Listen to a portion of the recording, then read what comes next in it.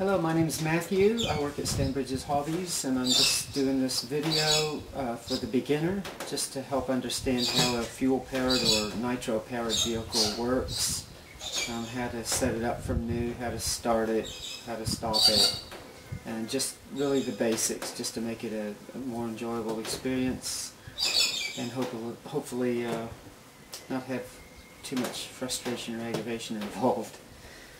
Okay, let's get started. Every nitro-powered vehicle, you need some sort of starter pack with it. The starter pack generally would have a fuel bottle, the glow heater to heat the glow plug with, which we'll talk more about later, a wrench to tighten or remove the glow plug, and maybe a screwdriver or two. There's another type of glow heater.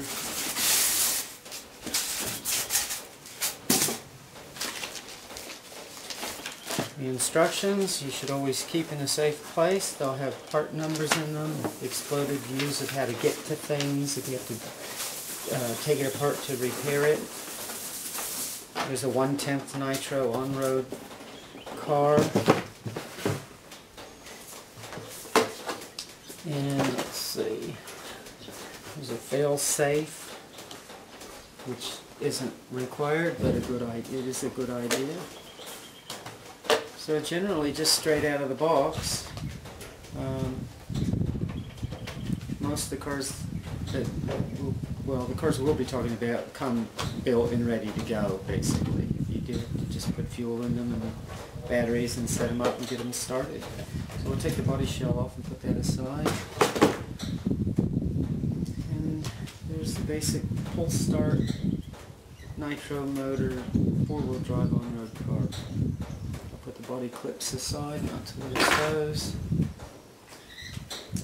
Comes with the radio, the handset. Okay, so basically the first thing you would do is read the instructions, have a good look through them, get an idea of what they're talking about and different aspects of the vehicle. The radios typically these days are all wheel radios, so you steer right and left with the wheel and you pull the throttle. Pulling it's the throttle to accelerate, and then neutral, and then when you push it away from you, that's the brake. Most nitro cars have forward and a brake, and not reverse. There are a few on the market with reverse, but we're not going to talk about those today. It's a minor difference that doesn't really affect getting one running or anything. Okay, so one of the first things would be to install the batteries into the car. Even though it's a nitro-powered car, the radio gear does require batteries in order to communicate. Now, there's almost always two different compartments. Sometimes they're in one, but one compartment will have the little battery box in it, which I've put the batteries in this before, but it's just a little square box that holds 4 AA throwaway batteries. You can just install all 4 of those and then reinstall it back into the box. It just usually has a quick connect plug to separate it from the on-off switch. So just plug that in, put it back into the box, and reinstall the lid. Trying to get in as neatly as possible. Put the little clips back on that hold the body, not the body, hold the case in place. It can be a little bit fiddly.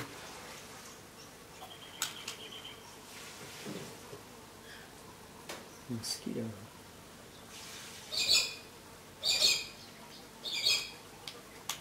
Okay, so the batteries that operate it are in place. Now, what the batteries do is they allow the radio, when you pull the throttle, to move your throttle servo, which the two motors that are electric motors that are in it are servos. and that actuates the throttle on the motor and the brake. And then there's another one up here in different locations that does the steering. So those batteries power that. You know, when those batteries run low, your range of your radio will reduce. Typically it's about 100 meters. 80 or 100 meters is safe. As the batteries in either the handset or the car get low in power, that range will reduce. Now if you go out of range, there would be no signal between the two, so whatever setting you were in, say it's half throttle or full throttle, or wherever in between, the car's going to just continue on until it hits something. There is a device called a failsafe that you can buy that if the car loses a signal from the handset, the failsafe will it'll do what you've told it ahead of time, but if you just install it, typically it's to cut the throttle and apply the brake, so it stops the car. And this allows you to go well, farther away safer, and to use your batteries until they're flat. Otherwise you need to change your batteries while they still work in order to not lose control ever. So a failsafe for around between $20 and $25 is a very good investment. And the failsafe goes in the other compartment, which is the receiver for the radio. So you just pull that lid off, I think. Let's see here. Got a clip hiding in the back here. And get to it. There we go, got both of those clips off. This will be your receiver, which the steering and the throttle are both plugged into. So to install a failsafe, it's very simple. You just simply find which one of these wires goes to your throttle. One of these red and black ones will be. So just trace the wire back to the throttle one. There seems to be this one here, which goes into, I've messed up. Let's see, this one goes into number 2, I believe. Now a way to check that is to turn your radio on and your car on. And I've done the wrong one because I'm pulling the throttle and it's still working.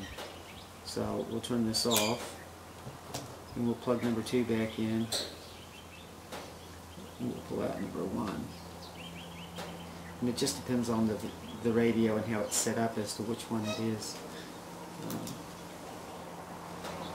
Actually it is number 2, which is typical. I thought I unplugged number 1 but I didn't, so it's always good to check it. And then just plug that servo into the failsafe, and then plug the failsafe in where it was plugged into in the radio. And be sure that you get the positive and negative. The black wire is the negative and the red's the positive. The white wire is the signal wire. So just make sure they're all in the proper way. And then pack it back up neatly and put it back in the box.